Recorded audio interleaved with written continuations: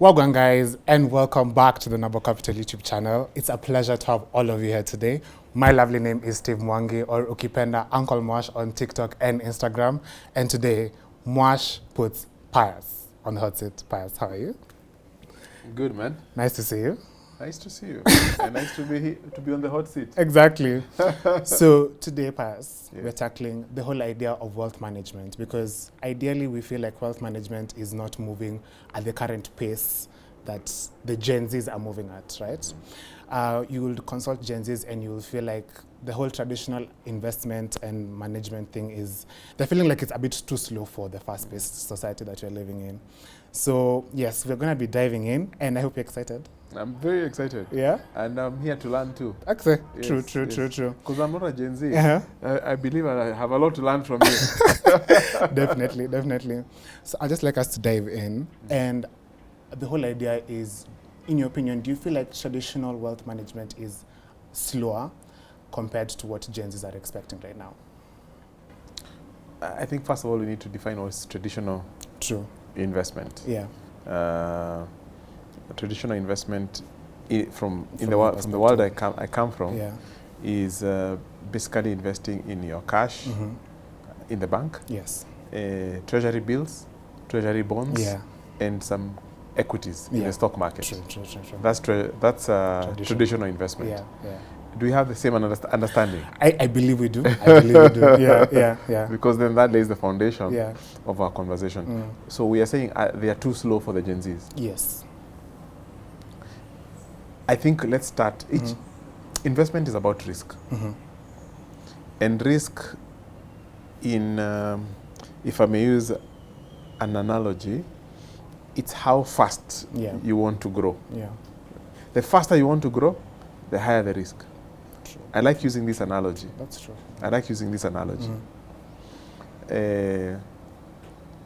You and I are both going to Mombasa. We know by car, Mombasa is at least 8 hours on the road. Yeah. By flight, Like 40 5, minutes. Yeah. 45 minutes. Yeah. By train, 5 hours, 6 hours. 5 hours, 6 hours? Yeah. It's faster than using a car. Yeah, it is. 8 to 2 a.m. Yeah, 8 a.m. to 2 p.m. They're about 6 hours. Yes. So we both have to be in Mombasa. But most important is, when are you required to be in Mombasa, and when am I required to be in Mombasa? If right now is midday, past midday, if you have to be in Mombasa by 7 p.m. tonight, what mode of transport are you likely to pick? By car or by air? Now, that's a caveat, because it depends on your ability as an individual. No. Or it's just The one thing that doesn't change, by 7 p.m., we all need to be there. you need to be in Mombasa. Okay. Which car will you pick? Which vehicle? modes? Which mode of transport will you pick? Personally, I'll pick the train. I like the train. You'll pick the train? Yeah. Are you guaranteed that you'll make it for your 7 p.m. meeting? Because if it's Mombasa, okay, I hear you. Maybe, I personally, I feel like, based on myself, It has nothing to do with their financial It's abilities. it's is not not there. is not there. It's not a limitation. Then I'll take the plane. Then. You'll take the plane. Yeah. It's logical. It's logical. It's logical. Yeah. Within 40 minutes, you are guaranteed you'll be there, isn't it? Yeah. So put even the travel time in between, airport transfer, you will make it. Yeah. You make it. But if you take a car, if you drive by car, then imagine the speed at which you'll have to drive the car to get there in good time. True. So, the train, the car, if you use the car, you have to drive so fast that if there's any pothole, the likelihood of accident is very likely to be fatal. True. Isn't it? Yeah. But if you take a plane, you're likely to get there in good time. But for me, I still need to be in Mombasa, but I am required to be in Mombasa tomorrow evening. Okay, yeah. Isn't it? Yeah. I can take the plane. Yeah. No. I can take the plane. All modes of transport are available. Yeah. But if I look at my pocket and the risk that I want to take, I'll just take a train. True. Slowly, I'll arrive And get there. and get there. So investment is not about money. Investment is about purpose. Why do you want to get there? Where do you want your investments to take you? The goal is not to hit 1 billion shillings. The goal is not to hit 1,000%. The goal is, I want to take my kids to school. I want to get financial freedom where I don't have to work to make a living. You get? I want just to have the options available to me. If I feel like next week I want to be in the US, I book a flight and I'm in the US. Yeah. That's the whole idea about investing. And I find that whether it's Gen Z or the old guards, we tend to confuse investment. We tend to assume investment is just a thrill of making returns. No. There is a purpose behind investment. A plane is very good. It will get you there very fast. Very fast. But if there is an accident, the chances of survival are next to zero. True. If not zero. True. But they are rare. Yeah. They are rare. So the faster you go, the higher the risk, but also the higher the return. So all these modes of transport are available for Gen Z. I think the question to Gen Z, to people who are Gen Z today, what would be their most important financial goals? Yeah. True. You have, if you are Gen Z, you are maximum how many years today? 20, 26, 25. 26, 25. Yeah. With a lifespan of at least 60, 65, they are not even midway. They have a lot of time. So why the rush? Why the rush? True. And I think when you said why the rush, I'm trying to understand, because I'm trying to think of it from my own perspective, because we are used to accessibility of everything. Like if you want to get an Uber, it's very fast. If you want to get food, it's very fast. So do you feel like I feel like that can categorize Gen Zs as impatient. What do you think about that? And I don't call them impatient. I just think the fact that you have 40 plus years ahead of you, it gives you room enough to make mistakes. And if those mistakes crystallize, you have room enough to correct them and grow from that. Be on a path that you intended initially. So the younger you are, from where I sit as an investment professional, the higher the risk you're able to take. True. But don't just take risk for the sake of, I want speed. Yeah. Speed is good, but calculated speed. Be purposeful with the speed. Be purposeful with the speed. Yes. True. Okay. So can moving too slowly actually make you poorer today? Yes. It can? Yes. And why would you think so? And I'm a big preacher of in saving and investing. Yeah. But honestly speaking, those are just foundational, and they are unlikely to get you there unless you do something else. Let me be more clear. Yeah. If someone is earning what? Give me a number. 250 a month. 250,000 a month. How much do you think Gen Zs are making? Well, okay. I will so that you make this conversation relevant. Realistically speaking, yes. How many Gen Zs are earning 100,000 and above? It's a very limited amount. Yeah? It's not that high. So majority of the Gen Zs are not earning 100,000, isn't it? Yeah. So, unless you're lucky. So you work with what number? Give me a number. 50. 50 is good. 50,000. Yeah. Okay. And is this a Gen Z who is living at home, his mother's house, or a Gen Z who is living out? Let's put all matters constant. Yes. Like they're paying rent. I remember you said that you should not be over, like if you're under 25 and you're not making over 100K, you should not move out, you should stay home. So let's put Forget that one. Forget that one for now. Okay. So let's say that it's 50K, they're living at home, and their parents are giving them an allowance. They're giving them an allowance, Yeah. and they're also earning a salary. Yeah. Seriously. That is being spoiled. Really? Is that well, if it's the parents, okay, it's not the Gen Z that is wanting, it's the parents offering to design. Like, just take this allowance, please. seriously? How many? Let's Because okay. we need to make this relevant to majority of the people. Okay. Do you think majority of the Gen Zs Mhm. have parents who are financially capable enough to allow them to work, earn a salary, and also give them a top-up It's a very in small allowance? amount. It's a very small segment. So the majority of the Gen Zs we are 50K representing and here, they're living alone. yeah, Mm. they're definitely not even living in their father's home. True. And again, they love independence. That's true. That is true. So they're paying rent. Yeah. Rent in the city is Depending on the location. depending on the location. So let's say Even let's be modest. modest for a one bedroom. No, let's say since they're starting out, single. Yes. Single studio. Bedsitter is Bedsitter. like 15 Gs.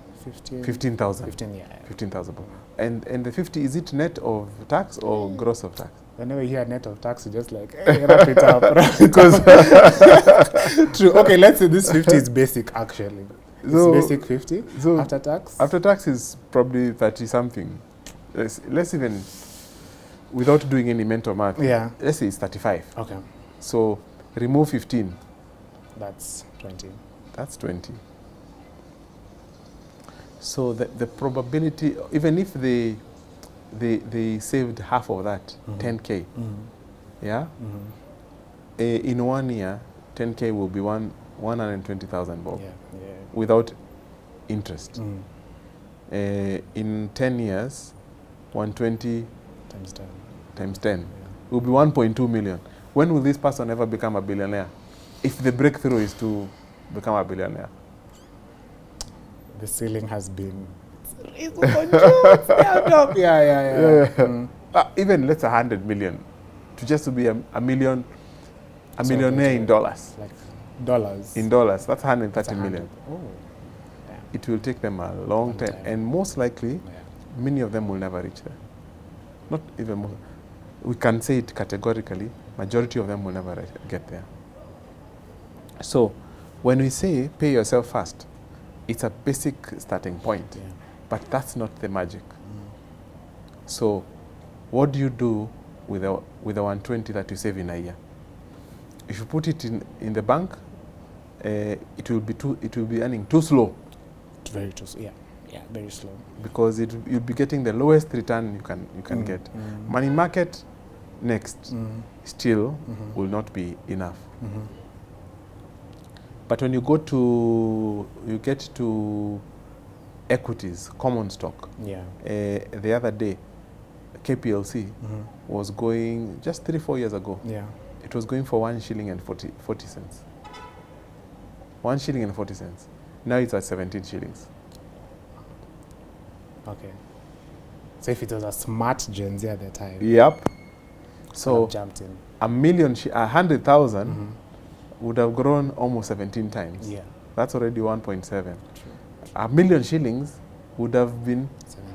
become at least 17 million shillings, Yeah. isn't it? Yeah. So you can see, if I'm a Gen Z, first principle, I need to pay myself. Always. If you spend all the money, and there are some of the people who give me feedback, Piers, Yeah. but we have nothing to save. Yeah, And then they also yeah. ask me, Yeah. but what if I save and die tomorrow? Yeah. You get it? Yeah. So, first principle, and that is regardless whether you are an old guard or a Gen Z, Right. True. you must pay yourself first. That's true. Because Because if you don't pay yourself, then you cannot go to gear 2, which is investing.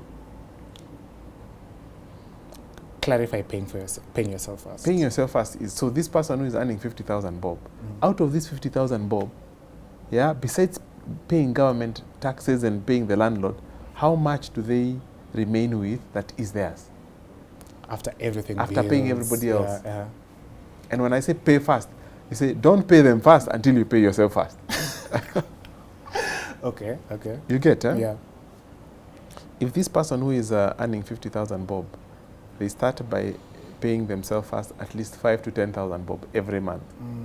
They have made ticked a the first baseline. box. Yeah. The first box of accelerating their wealth creation. With this, over a period of time, will become meaningful money.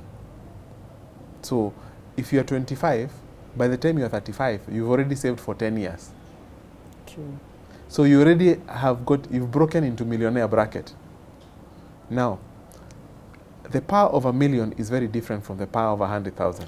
Yeah. The power of 100,000 is very different from the power of 10,000. Yeah.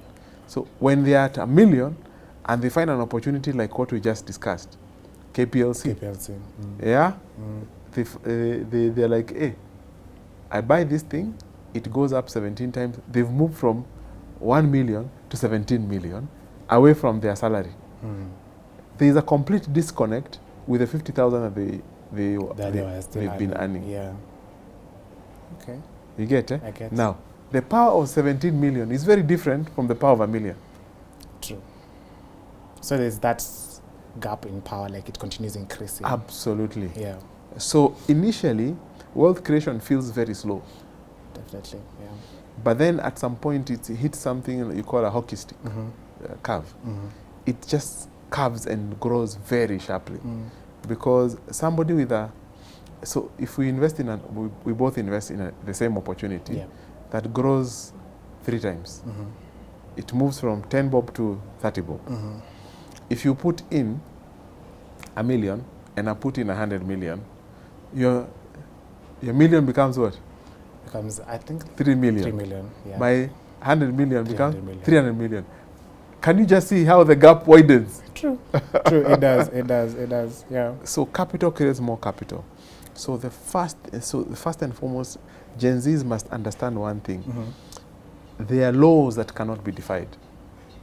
There are principles which are fundamental. If you don't follow those principles, forget wealth creation. You will be speculating and gambling, but you're not in investing.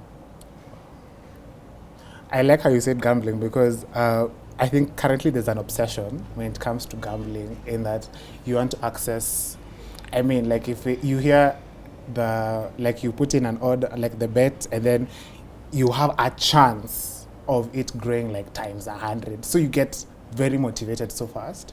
You forget that there are so many odds that come into this risk that you're playing in. And it dilutes the fact that what you've just said, that investment is, yes, it seems slow, but there's that capital appreciation that over time you find that it actually does benefit you. Even so, basically what I'm trying to say is we need to also be patient. We need to take time because I mean time tells everything. You know, that progressional time period. So I think I love what you said because personally also, like when it comes to making money when you're this young and you just want to access everything so fast, it can confuse you with everything that is going on, the noise around you. So yeah, Gen Z Miske, I hope you've had. Please, patience. Patience is a virtue. Don't listen, patience is a virtue. Take the time, understand that yes, it's going to be like 5 years, but in that 5 years, we're also assuming that you're not going to be staying in the same income bracket. Like you're progressionally growing from the 50 to 100. So you're having a more purchasing power, like not purchasing, but your investing power is also increasing. Yeah, I love that. I really appreciate that. Yeah. So that's why I said this life is governed by laws. Let's call them laws of life. Yeah. There's a time for sowing and there's a time for reaping. Always. You cannot reap what you have not sowed. Yeah. So one thing I like about Gen Z is that they are very clear. They want to reap and they want to reap big. And reap fast. Yeah. But they must also be willing to put in the work by reaping big, sowing big, so they can reap big. Your reaping is dependent on the size of your sowing. That is so true. Yeah. That's very important. Yeah. So, but then I want to add one more point. Go ahead. In the journey of growing wealth, as you're on that journey, you suddenly realize it is not the wealth that matters anymore. It is who you're becoming as you're growing your wealth. You understand? I get you.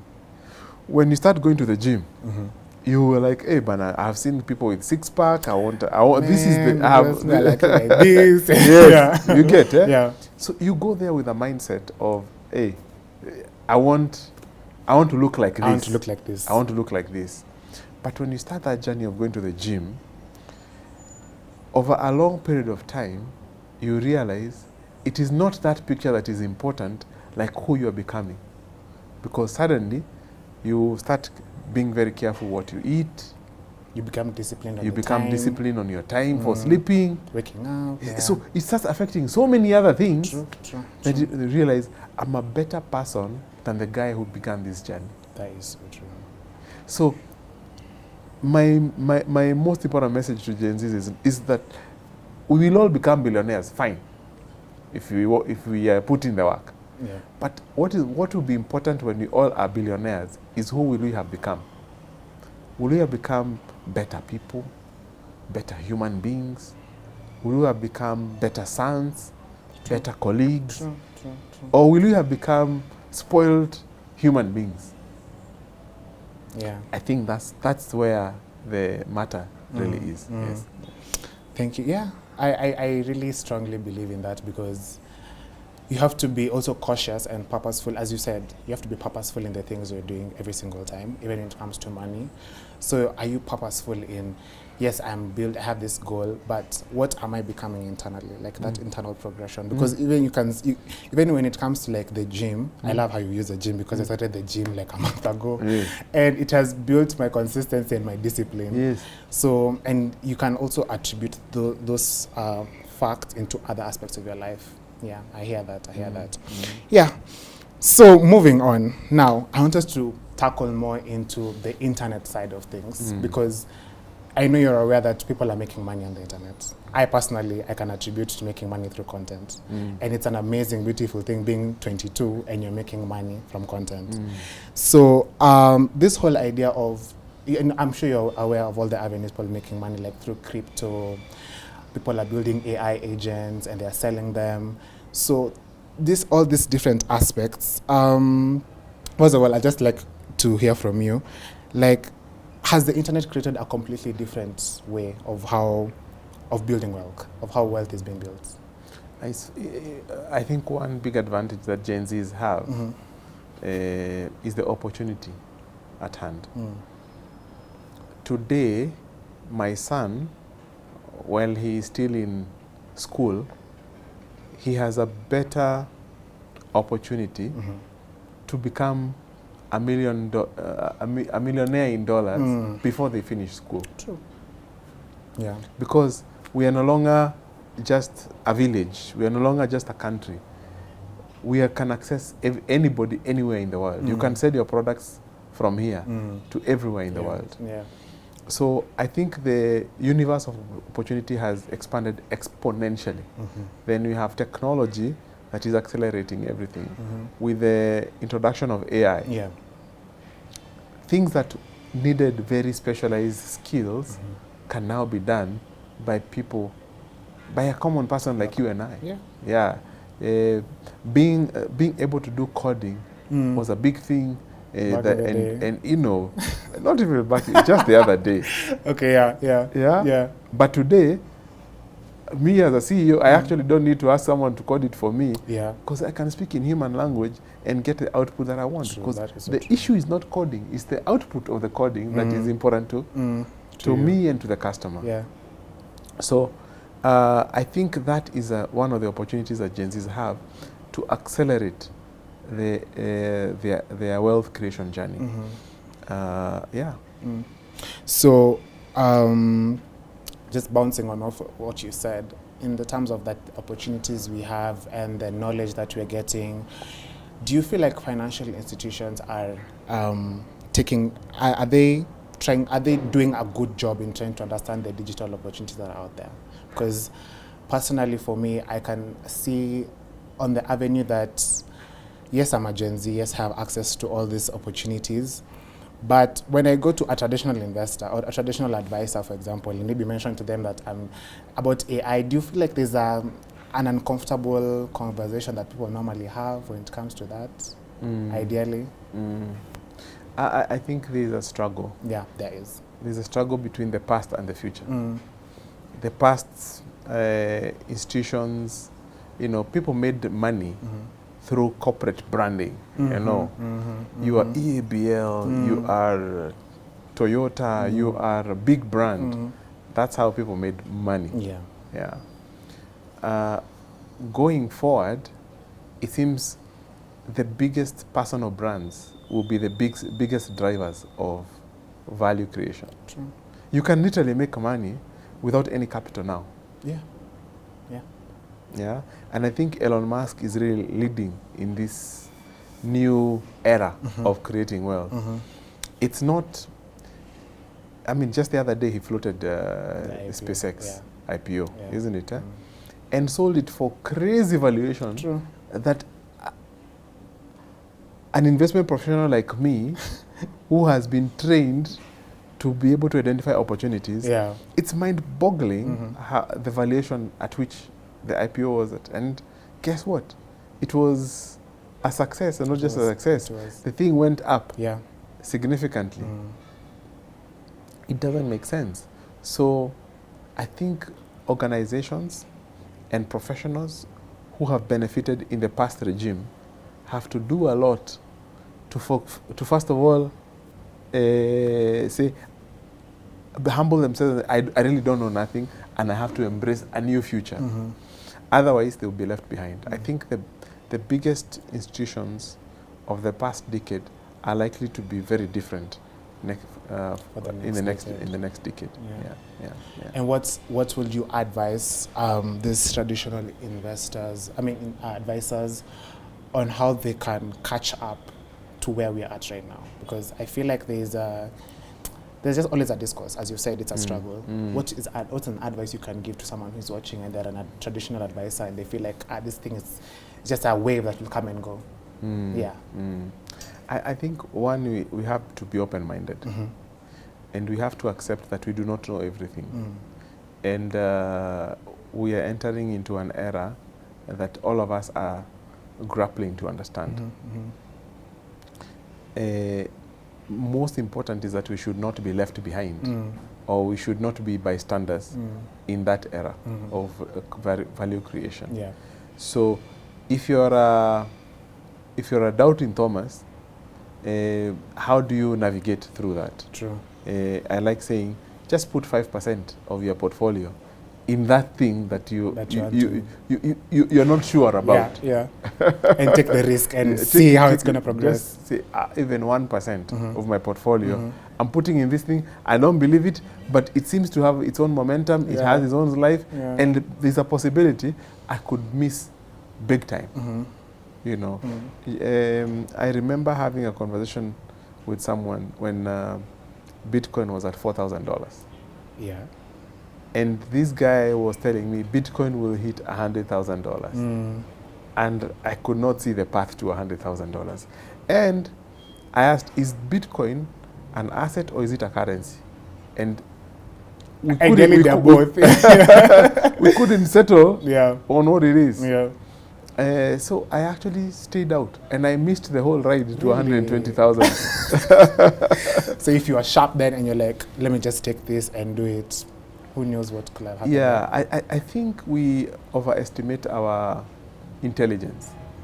True. And the knowledge. We bank too much on the knowledge that we have, that we discount what we do not what we do not know. But we should also bet on what we do not know.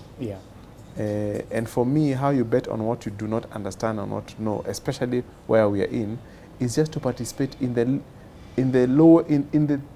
put the percentage that you're like, if it goes to 0, it's okay, I will not commit suicide. You will not feel shaken. You will not be shaken. Like, you know what? This is my proof that this thing doesn't work. True. But if it works, you still you will see, you'll be part of that upside, and you can be able to adjust your assumptions and your participation as you are understanding and learning the thing. But you cannot be able to to understand something that you're not a part of. You're just a bystander.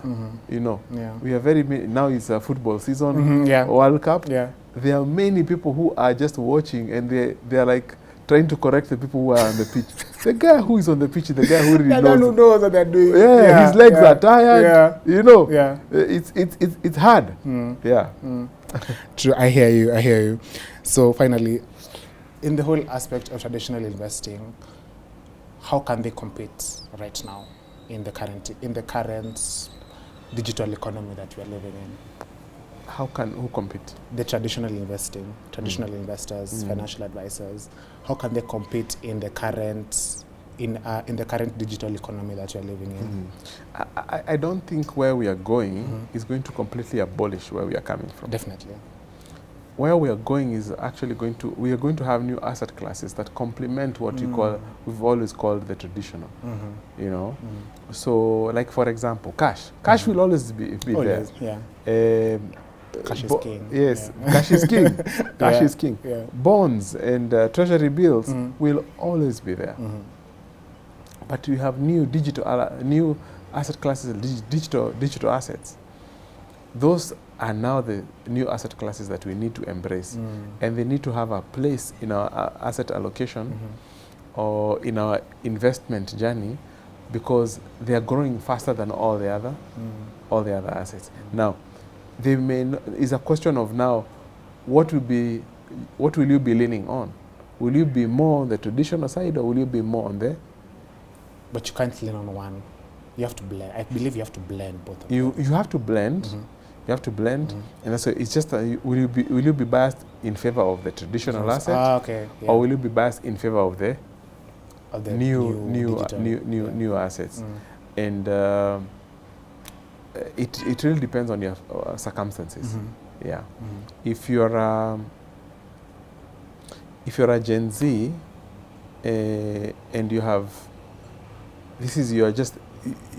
you have a 40-year just getting to the wires, headroom. Basically. Yeah. Yes. You can afford to have, a big chunk of your portfolio in these digital assets, but be very vigilant, because there's also a lot to learn about them. True. There's a lot that the world has not been able to understand them, Yeah. including the regulations. Yeah. So be aware that there will be crises ahead. Not there might be, there will be. Definitely. Crises ahead. We hit 120,000 on Bitcoin. Yeah. Then we went down to 60,000. There are people who are buying at 120,000, hoping we'll go to 150, 180, 200. 150, 180,000, isn't it? Yeah. Now they are underwater. The investments are underwater. True. Yes. True. What do you tell those people? You get, So there is no investment without risk. Definitely. So whichever investment you decide to pick, whether it's a new era or whether it's a traditional, there is a risk component, and you must put your risk management hat. True, because I also just borrowing on the whole risk thing.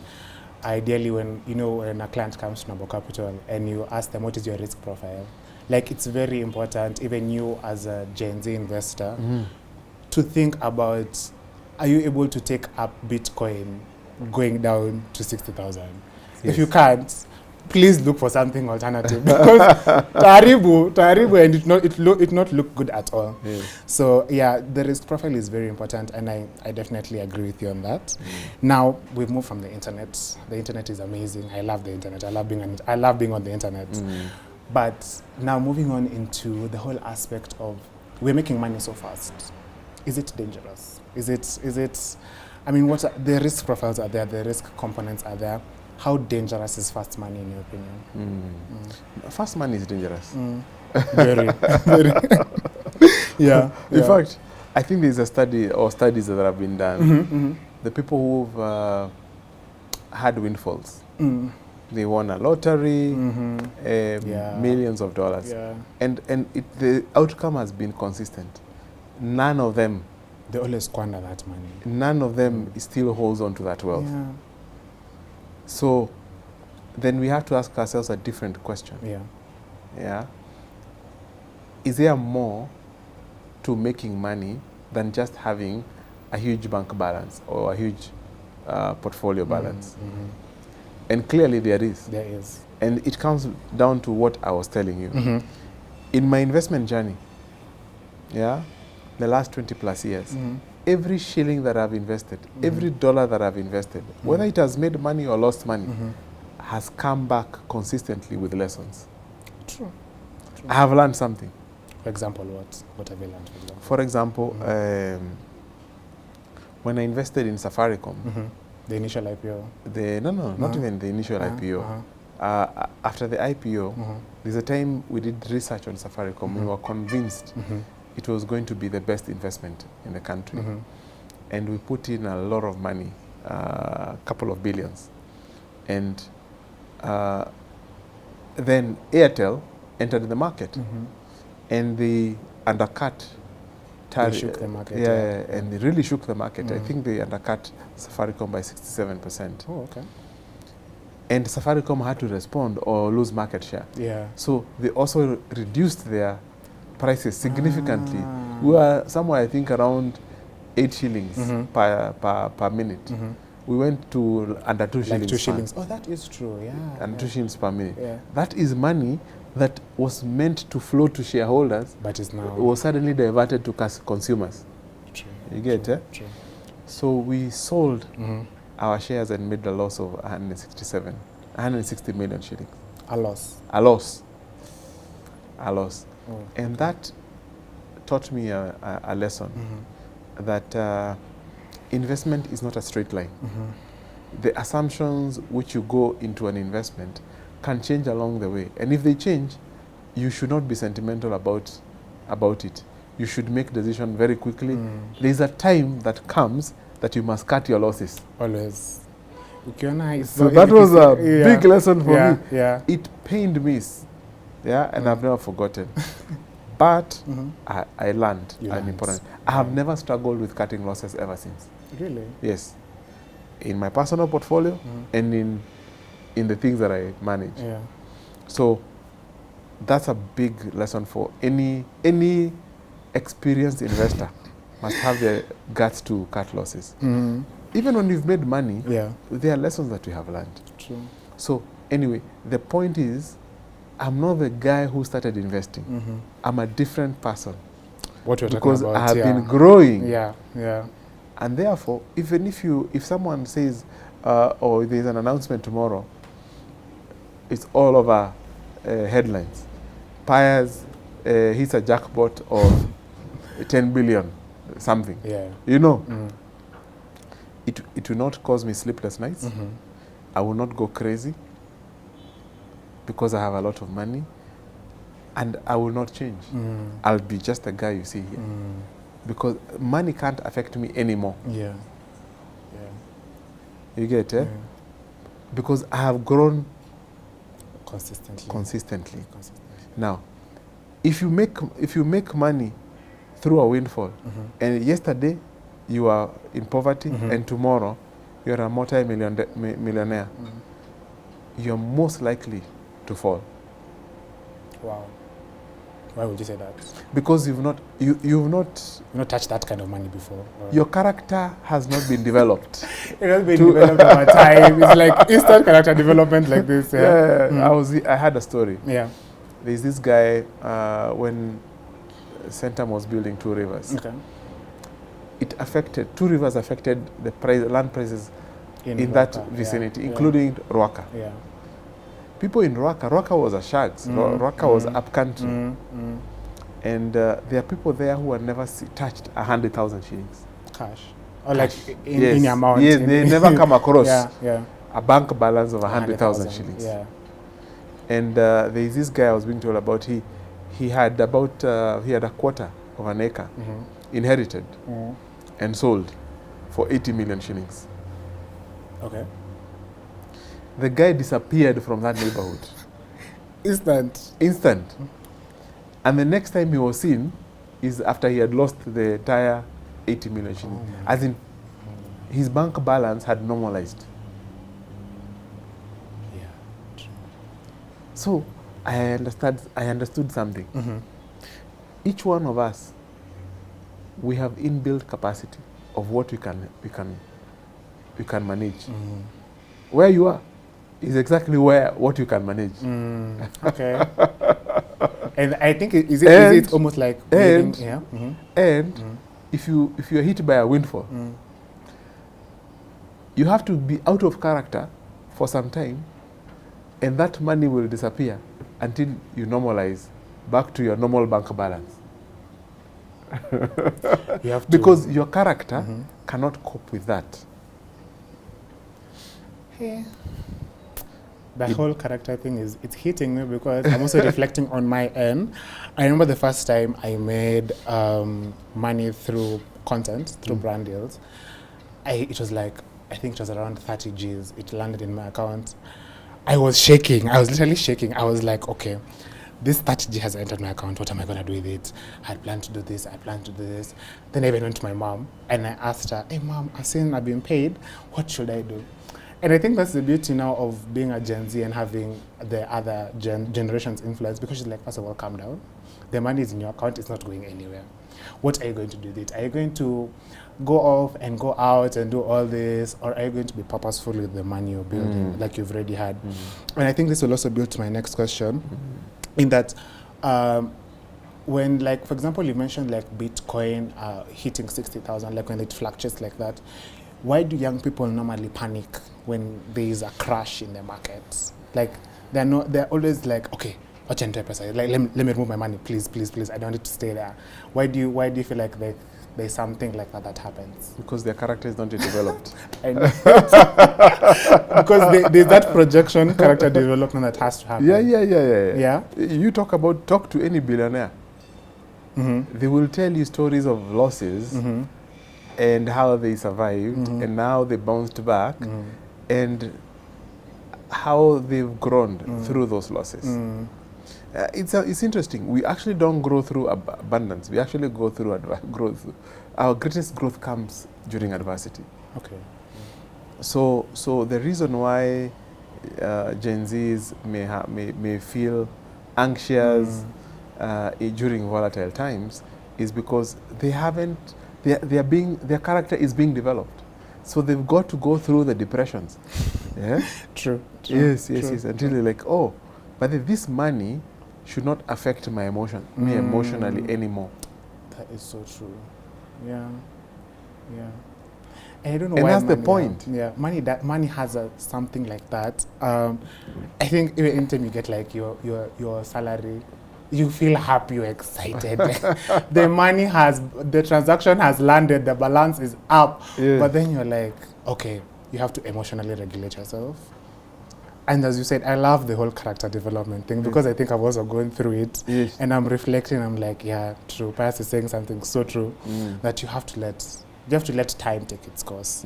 Let your character grow at that time, and surely you'll reap the benefits eventually. But it is easy to be poor today and then you're rich tomorrow. Yeah.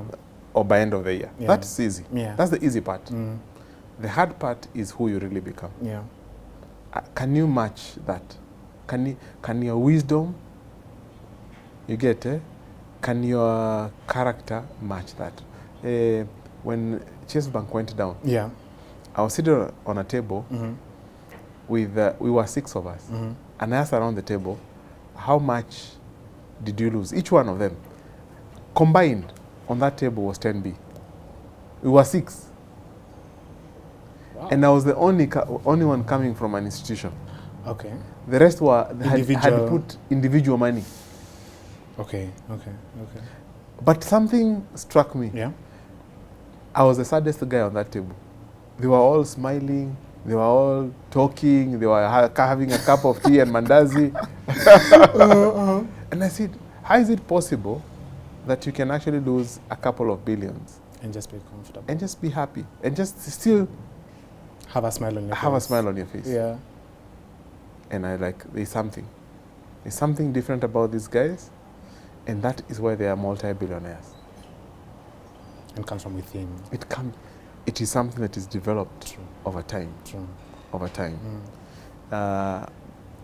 Again, let me even go to the converse of how do you become wealthy? You don't become wealthy by just throwing around money. Yeah. You become wealthy by solving human pain points.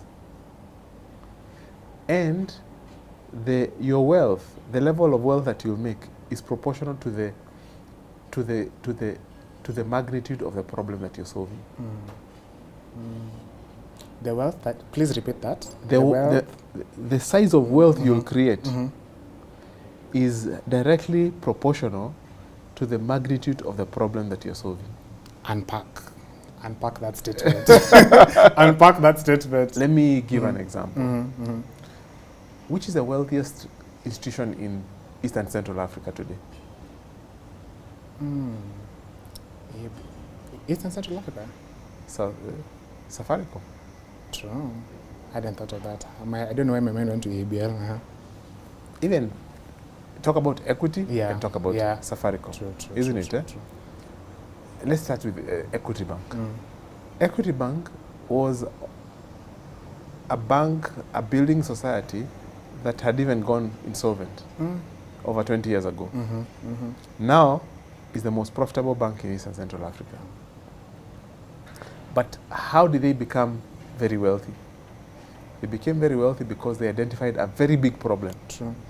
80% of the population was unbanked, over 20 years ago. And they decided to focus on solving that problem. Yeah. They put systems, technology, people, processes, procedures, everything to solve one problem. How do we make these people who don't feel they deserve to go into a banking hall to feel they can now be banked? True. And they ended up with a campaign of Mimi ni member. That's so funny. My mom was actually talking about it with me recently. Yeah. So if you go to the rural areas, anywhere in this country, you'll be surprised that almost everybody has an Equity Bank account. True. Isn't it? True. And they feel at home, even the branding, brown soil. Yeah, actually, when Susie mentioned that, like, I remember actually when they were starting out, ideally that they were like you could come in as a farmer and then just put your stuff there and go and be member. Yes. Yeah. Exactly. Yeah. So they built a cult around it. True. So they solved a big problem. Now they are worth. They are sitting on assets more than $1 trillion by themselves. A bank that was going insolvent. Safaricom. 20 years ago, if I got a call from my grandmother or someone in Shags that my grandmother is unwell, I had to travel for at least an hour or two because we don't come from too far, just to go and take her to hospital. Today, if I get the same call, I tell the person who is nearest to her, take her to hospital. As you get to hospital, get me the pay bill number. I will pay while I'm still working. That is so true. That is so true. Imagine the problems that the friction that this M-Pesa has solved for me. Yeah. I can't even imagine a world without M-Pesa. You can't even imagine. I can't. Our economy now is dependent on M-Pesa being up and running. Yeah. Meaning they are now they are pivotal to our business success. And that's where you want to be as a business and as a person. Exactly. So they saw a big problem. And now, wealth follows. Yeah. So to solve a problem, and a big problem for that, your character will be developed. Crazily. Oh, your character will be developed. Because today, if Safaricom M-Pesa goes down for 5 minutes, the whole economy goes into standstill. True. That is Can you imagine the pressure on those people? Like to have the systems up and running again. Up and running. Yes. Yes. So your wealth is proportional to the magnitude of the problem that you're solving. Please cap that somewhere. Write it down. Wherever you are, please write that down because I'm sure it's something that even it has stuck with me. That you need to be character development. I think I'm going to please, if you have somewhere to print character development and stick it somewhere, character development and read by Pius Mushiri down there. Yeah. So I believe Okay, you know this whole idea of fast money, people think that it can build freedom, but ideally it can't. I think it just contributes to more stress. And if you don't have the character... Actually, I'm not against... I Okay, I even go ahead. believe we should make money as quickly as possible. Okay. Will it lead to freedom or stress? But if you want to make money as quickly as possible, you won't do it without solving a big problem. Yeah, yeah. So the question is, how can you quickly solve that problem so that now the byproduct, which is your wealth, is seen sooner than later? Yeah. True. Okay. I hope wherever you are, you're listening, because these are some nuggets of wisdom that you have to take up. And at the end, if you watch this video and you've not understood that, I genuinely don't know how to help you. But anyways, now you've mentioned about wealth management and being smart in wealth management. Ideally, can you build wealth without choosing sides? Like sides in terms of, we've talked about you can do digital and you can do traditional. I think you can build wealth without choosing sides. What do you think? Actually, there are two ways. There are two sides of making money. Okay. And it's important that we do that. Yeah. 100% of us, we've gone to school. We've been cultured. Yeah. And taught how to make money. Okay. How to make money. Yeah. But where most of us were never taught is how to manage money. True. So doctors, lawyers, pilots, astronauts, name any professional, all of us have one thing in common. Yeah. We've been taught how to make money. Yeah. But we have not been taught on how to manage money. How do you make money? Through your craft. Yeah. True. Through your business. True. Through trade. How do you manage money? You get it? Once you, as a doctor, you go make your millions of shillings. How do you manage money? Now your money is in your bank account. Yeah. What do you do with this money? That's why you say, now you need to put some in these cash assets, you need to put some in treasury bills, you need to put some in bonds, you need to put some in digital assets. Bitcoin, crypto. Yes. You need to put some in the SpaceX, Apple. Yeah. You get it? Yeah. You need to and those things that you're putting money in are vehicles that are managed by other people. You get it? Yeah. That's their hustle. While you do your hustle. Now you've entered into managing money. You're beyond making money. And also I believe in the management of money, you're first of all building some freedom. Yes. You're building stability.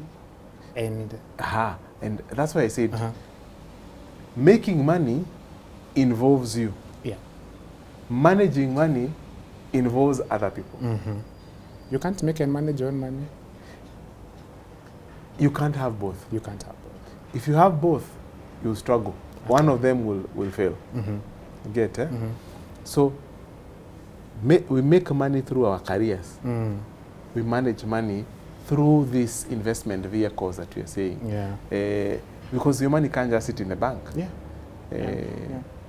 If it is Elon Musk, his money, in fact, his money just sits in his vehicles. Yeah. He's about, money is just a supply to solve human pain points.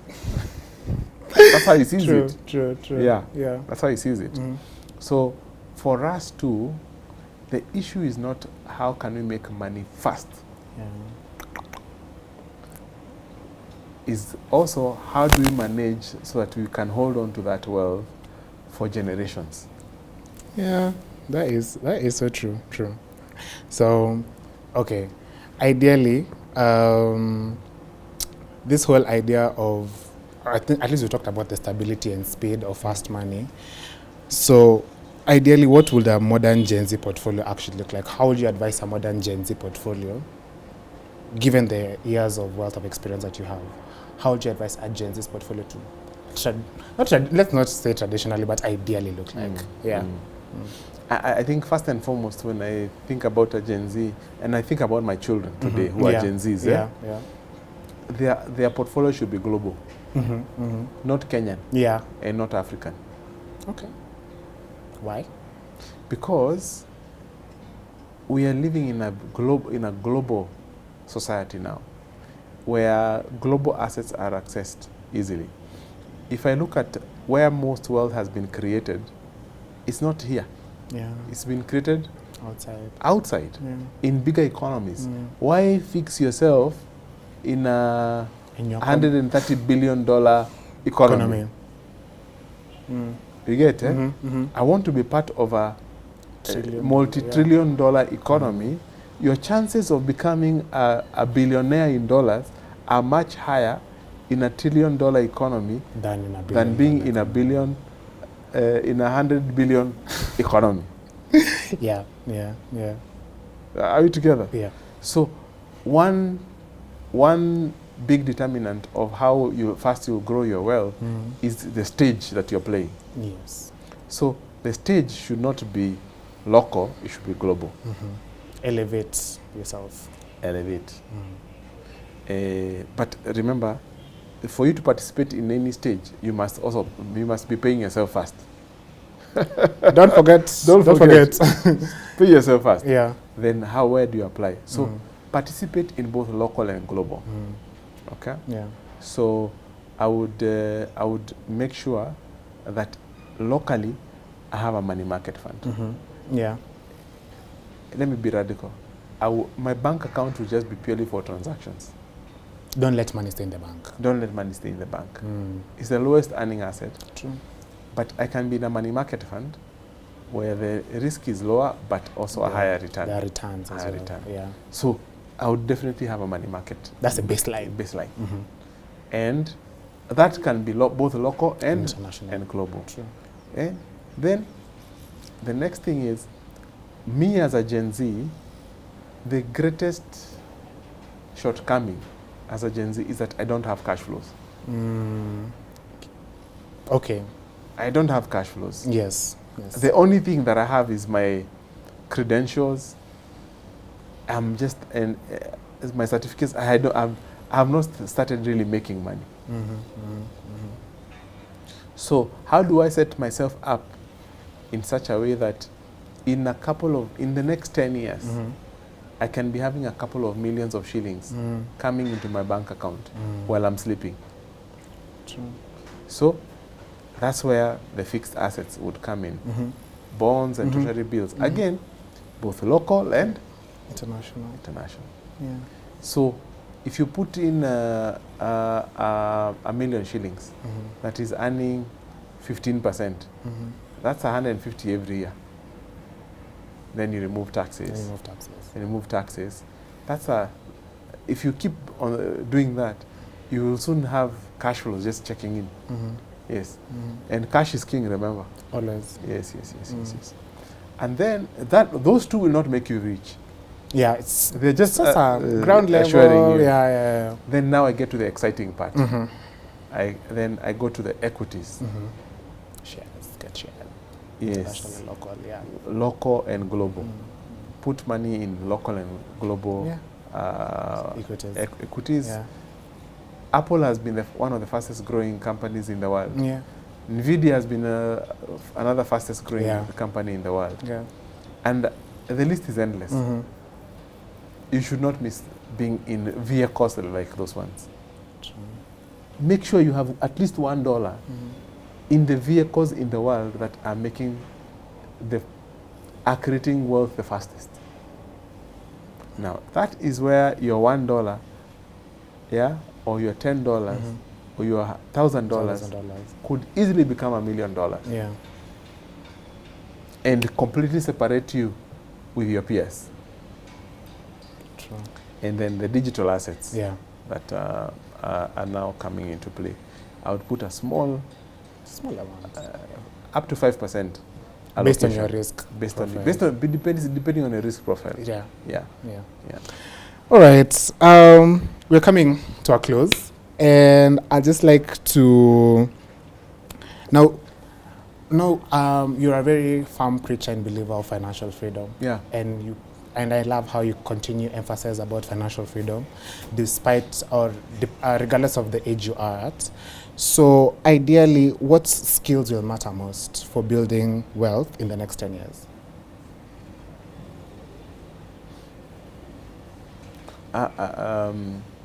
First of all, let's be clear. Yeah. How do you build financial freedom? For you to build financial freedom, you must find a way of transitioning from active income to passive income. Yeah. Active income is money that gets into your bank account because you showed up at work. Yeah. You showed up at a client's site. That's how you earn. Yeah. If you don't show up, No money. there is no money. Yeah. Passive, it gets into your bank account When you're sleeping. even when you're sleeping. You are making money.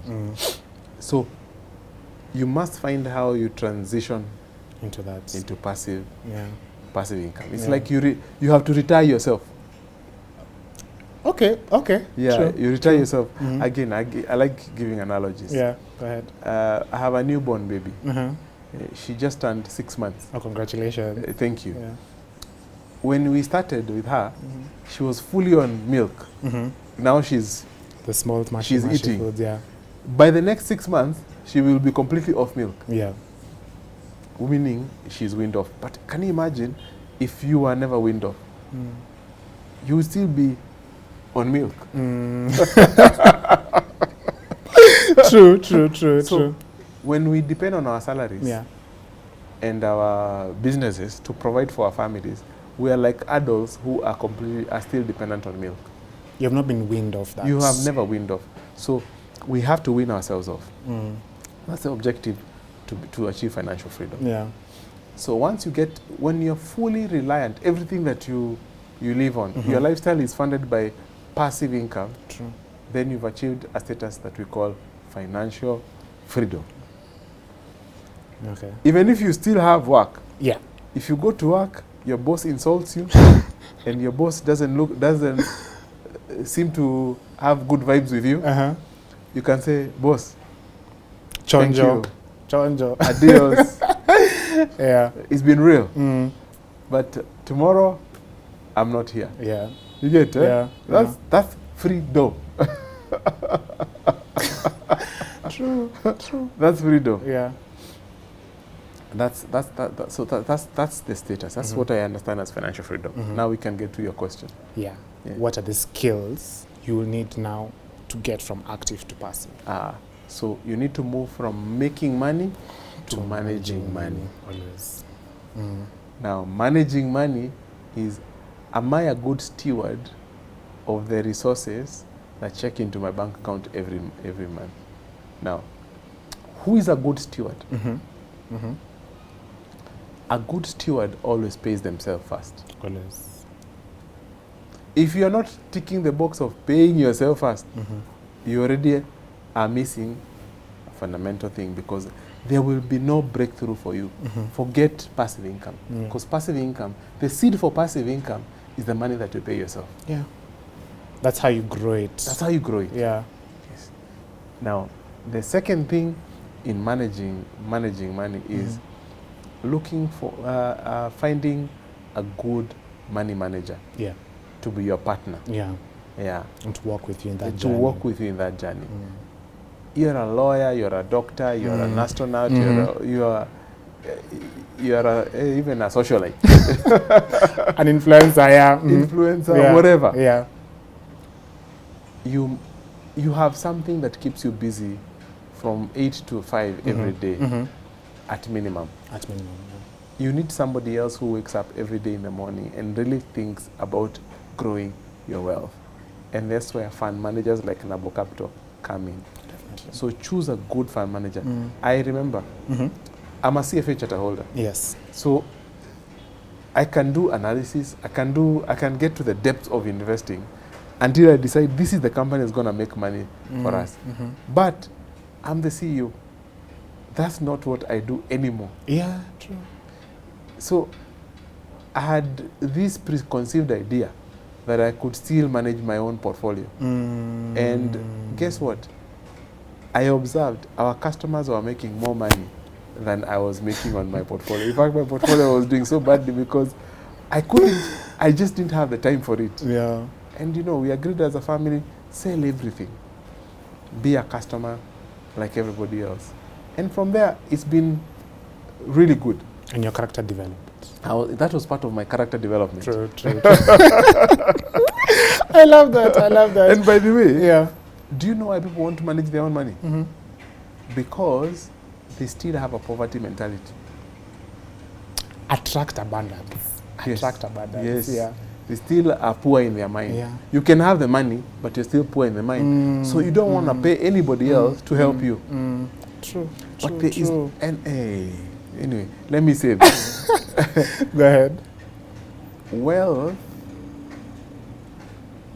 multiplication, it depends on the leverage. Is influenced by leverage. Yeah. What is what leverage? You can borrow money, yeah. So you have your 1 million, and you go borrow 9 million. You end up having 10, and you make money with 10 million. You pay your debts, and you remain with something higher than that 1 million. So your 10 million becomes 100 million. You still pay your 9 million plus interest. You remain with over 50 million. That's leverage. Yeah. You've grown the leverage. You've grown. So use debt to amplify your. So would you encourage people to have debts? Yes. Really? The right debt. Okay. Constructive debts. It must make more money. First of all, it must be for investment, not for consumption. Okay. And secondly, it must make more money than it costs you. Yeah. That is what leverage is all about. The second leverage is people. The people, the networks you have. Today, there is somebody who left his house and he will go back home having made 500 shillings for the day. Yeah. And he will be happy. Yeah. After working for 8 hours. This day also, there is somebody who left his house and he will go home having made 10 million shillings. True. Do you know what's the difference between the two people? There are some people they interacted with along that day. The one who made 500 had to sell their services, their hand. They had to use their hands, their brain to make the 500 shillings by themselves. They earned it. They were paid. You earned 500 shillings. But then there's the person who was employing that person who made 500. The person who paid that person 500 has 100 of them. Yeah. 100 of them. That person went home with 1 million. After paying them their 500s. Wow. What's the difference? One is not leveraging, the other one is leveraging. Okay. So there's the leverage of people. On that there, what advice will you give to this person who is earning 500 and wants to leverage? Wants to leverage? Yeah. That's what I'm saying. There's a debt and there's people. There's people. So can they manage people? Because the skill the person has is no longer, is not construction or is not building things. Is managing 1,000 people. Can you manage 1,000 people? Can you direct 1,000 people to be productive? That you are left with 1 million shilling at the end of the day, or 10 million at the end of the day. That's the skill. So the other one has personal skill. They offer personal. The other one offers management skill, people management skill. You have to scale. You have to know how to scale from there. Yes. The other leverage. The other leverage is brand and communication.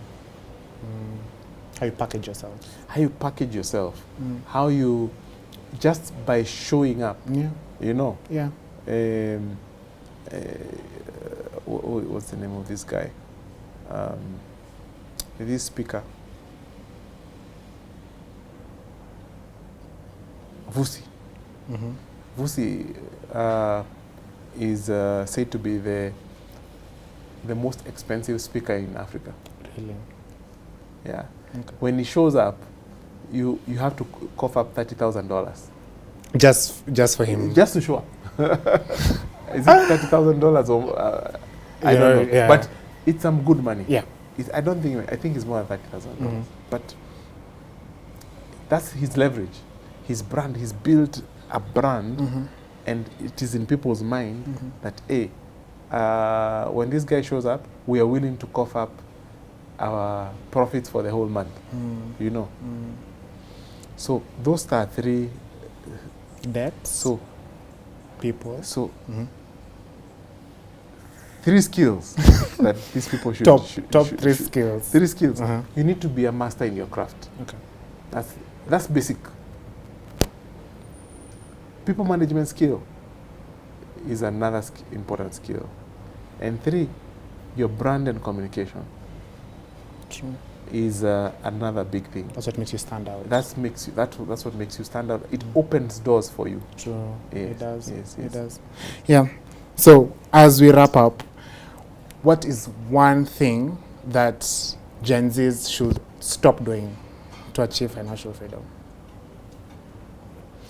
I think the biggest risk to Gen Zs is not any different from what has encountered everybody else has encountered. Yeah. Is consumption. There is so much advertisement, there is so much appeal for consumption. True. All of it targeting Young. Gen Zs, young people. Yeah. So every billboard you see is targeting them. So most of them then, they are actually not looking to build wealth, they're actually looking to afford those things. Wow. And that's different. How about you spoke to me there. You spoke to me there. Yeah. So there are many people who probably will be listening to this. Yeah. And they want to make money fast. Yeah.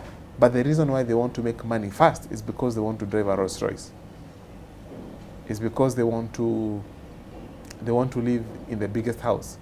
They want to drive. They want to access the exclusive places in the city. Yeah. And they also want to be known. Yeah. Like stature, to be yes, seen. Social status. Yeah. They are top tier. Yeah. That is a consumption mentality. Okay? But the people who make real wealth are driven by something else. They are very intentional about, it's not even about themselves. It's about solving a problem. Wealth is actually a byproduct of solving a pain point. Of solving massive pain points. And money just follows you. So I think the thing I would tell most Gen Zs is don't chase money. Position yourself to solve a problem that money will never stop chasing you. That was fire. Don't chase money. Yeah. Solve a human pain point that money will always chase you. Wow. That's such a strong way to close off. And I think I just like to, first of all, thank you so much for this discussion. It's been very insightful because coming from a Gen Z perspective, I think for me it has always been about consumption. Hey, Pius, you've got me on consumption because consumption it's really bad, by the way, because if you're not mindful of the consumption also that you're doing, it can really deter you. It's the lifestyle. It's a lifestyle. Yes. Yeah. Yeah. Yes. So I'm so grateful once again. Thank you for letting me put you in the hot seat. I hope you've enjoyed the hot seat. Was it hot enough? It was hot enough. It was hot enough. Yes. And to you, our viewers, thank you so much for watching. It's been an amazing, amazing session, and I hope you've taken something from here. Please develop that character. You cannot move from 0 to 100 by like sprinting that fast, and you've not built it internally. You have to build the stamina, the speed, the endurance to be able to handle when that 100M hits your account, you're able to manage that 100M, not to start shivering and shaking and wondering what am I going to do with it.